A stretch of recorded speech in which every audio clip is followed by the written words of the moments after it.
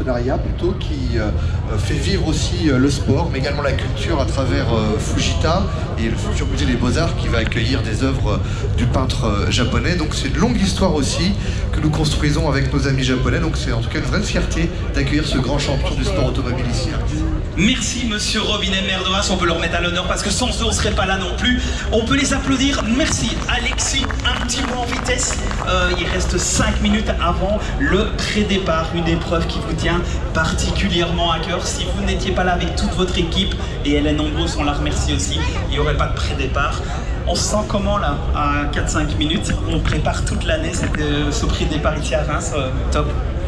Ben, c'est une satisfaction, une belle réussite quand on voit le monde qui est présent aujourd'hui. Et si on fait tout ça, ben, c'est pour vous tous, pour animer la ville de Reims avec la collectivité. Voilà. Merci à tous d'être présents. Merci Alexis, un peu d'émotion, on peut le comprendre, hein, clairement c'est un petit peu son bébé, il y a beaucoup de monde, tout le monde va rester à nos côtés, il nous reste 4 minutes pour vous présenter et vous expliquer un peu c'est quoi un rallye de régularité, parce que c'est pas du tout de la vitesse, enfin ça dépend des conditions on va dire, on va laisser cette A110, c'est la version carbone, A110R, il en reste encore 480 et après il n'y aura plus d'A110, donc si ça vous plaît, ne tardez pas, bien sûr la marque a gagné le Monte Carlo, il y a plusieurs années, les premières éditions. On vous explique en quelques... on va essayer d'être le plus court possible et le plus complet possible ce qu'il en est de ce Monte Carlo historique. Il y a un timing hyper important à respecter, il est 16h56, bientôt 57, ça veut dire qu'à 17h, le copilote, alors là dans l'auto c'est des japonais, le copilote dira à Takuma Sato qui a inversé sa place par rapport aux voitures de chez nous, ils monteront sur le podium vers 17h, le timing est hyper important, et ils partiront pour un rallye de régularité. Qu'est-ce que c'est la régularité? Contrairement à la vitesse, et un certain donc Oliver Solberg, je vous l'ai dit, qui a gagné l'épreuve il y a quelques jours, quelques semaines, le rallye de régularité, vous devez assez simplement être régulier en fait. On part d'un point A à un point B, hein, comme en vitesse, mais on doit tenir une moyenne qui varie, 40, 50, et parfois elle peut même changer. Donc c'est assez spécifique. Lui, il est plutôt habitué à la Formule 1, ancien pilote F1, il a gagné 2 fois les 500 miles d'Indianapolis.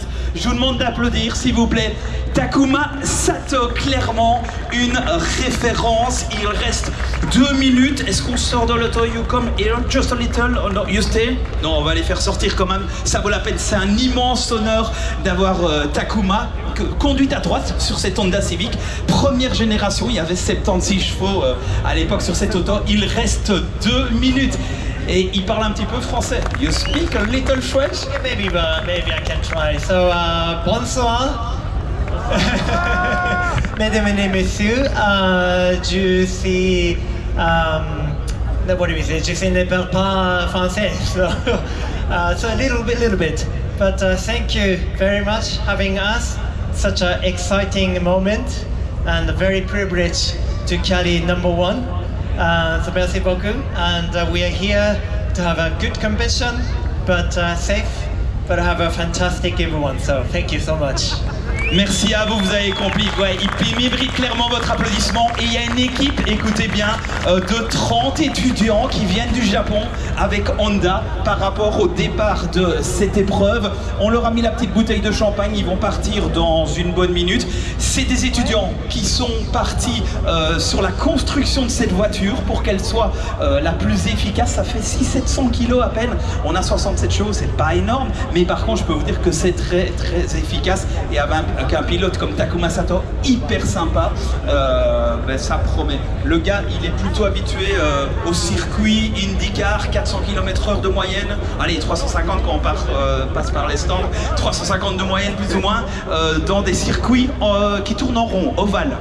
Mais je peux vous dire que c'est pas rien. Franchement, on peut les mettre à l'honneur avant le premier concurrent de ce Monte Carlo historique qui nous fait la plaisir d'être à Reims. Monsieur le maire et Alexis, il reste 20 secondes. Je vous propose de faire le décompte ensemble. Dans 5 secondes, on s'y mettra pour le top 10.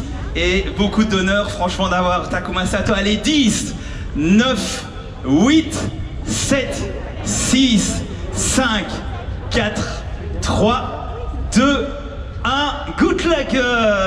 merci Takuma Sato et Kawashima, son copilote qui est également un étudiant, d'être là. Si vous voyez des Japonais à côté de vous, c'est normal, ce sont eux.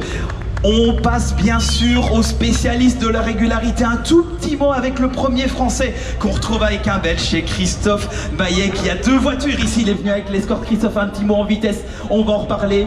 Rallye de régularité, le Monte Carlo, qui cette année évolue sur route fermée. Il nous reste 30 secondes, Christophe. Commençons au départ de ce rallye Monte Carlo historique. Voilà, c'est toujours un plaisir de partir de Reims avec tout ce monde autour de nous, des belles voitures. Donc après, ça va être chaud dans la neige, hein, dans les Charassons, les autres cols. Donc on va essayer de rester sur la route déjà. Merci, il reste 10 secondes pour vous donner une petite information. Oliver Solberg, j'ai été voir dans le col de Bros que ses concurrents vont effectuer. On roulait à 50 km/h de moyenne avec une WRC. Et on était à 60 dans le Turini. Donc je peux vous dire que s'il y a de la neige, clairement, ça sera du sport de rouler en régularité avec ces véhicules qui sont équipés de pneus neige. Si besoin, il y a un petit macaron à l'arrière. On y reviendra. Allez, on continue avec, vous ne voyez pas avec le numéro 3, parce qu'il y a plusieurs villes pour démarrer vers ce Monte Carlo. Enfin, on va d'abord aller à Valence. Le numéro 7, Florian Belter et Sigmar Zayong. C'est un équipage allemand avec 7 Alfa Romeo Alfetta GTV, pardon. La Ford Escort, c'était une propulsion, donc c'est les roues arrière qui font avancer la voiture. La Honda Civic, par contre, de Takuma Sato, c'est une traction, comme beaucoup de voitures actuellement.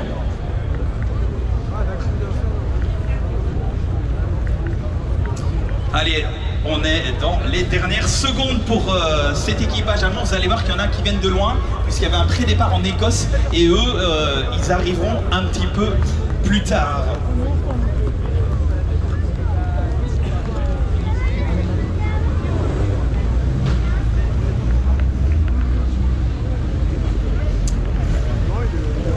Allez, Audi Quattro, ben voilà, on vous a parlé de traction, de propulsion. Un petit mot en vitesse avec une personne très fidèle de cette épreuve, Jean-Pierre Van Heerum, piloté par un Belge aussi. Comment ça va, Jean-Pierre? On est parti sur une épreuve que vous affectionnez.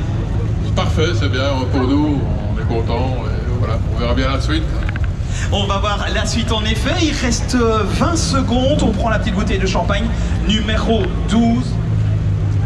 Numéro 12 pour cette voiture. Alors c'est la première 4 roues motrices, donc là c'est les roues avant, les roues arrière qui fonctionnent. Donc en gros ça peut être très efficace si les conditions sont difficiles, c'est-à-dire de la neige, de la pluie. Ben voilà, c'est une voiture hyper efficace. Les moyennes pour le moment, on en reparlera après, mais les moyennes sont hautes pour les véhicules qui sont là pour le moment. Et à partir du numéro 100, Michel de Crémer qui a gagné les 2 dernières éditions, on passera aux moyennes modérées, mais on vous en reparlera. La voiture numéro 16, des Français, également des Parisiens qui roulent avec cette BMW 2002 Ti. Elle est groupe 2, c'est-à-dire qu'il y a une petite préparation moteur, ça fait environ 180 chevaux pour l'instant. C'est la plus performante des voitures qu'on a vues depuis le départ. C'est pour Charles Van Wantergem, pardon, et Gérald de Castro, voiture de 71 pour cette BMW. L'Audi 80 Quattro qui est parti, on était sur 83 au niveau de l'année de la voiture et on va aller jusqu'à 57 pour les plus anciennes, voire même un peu plus bas pour les